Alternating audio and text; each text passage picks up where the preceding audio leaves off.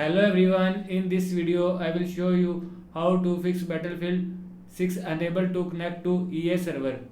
So just watch video carefully and follow every step as I am showing you in this video.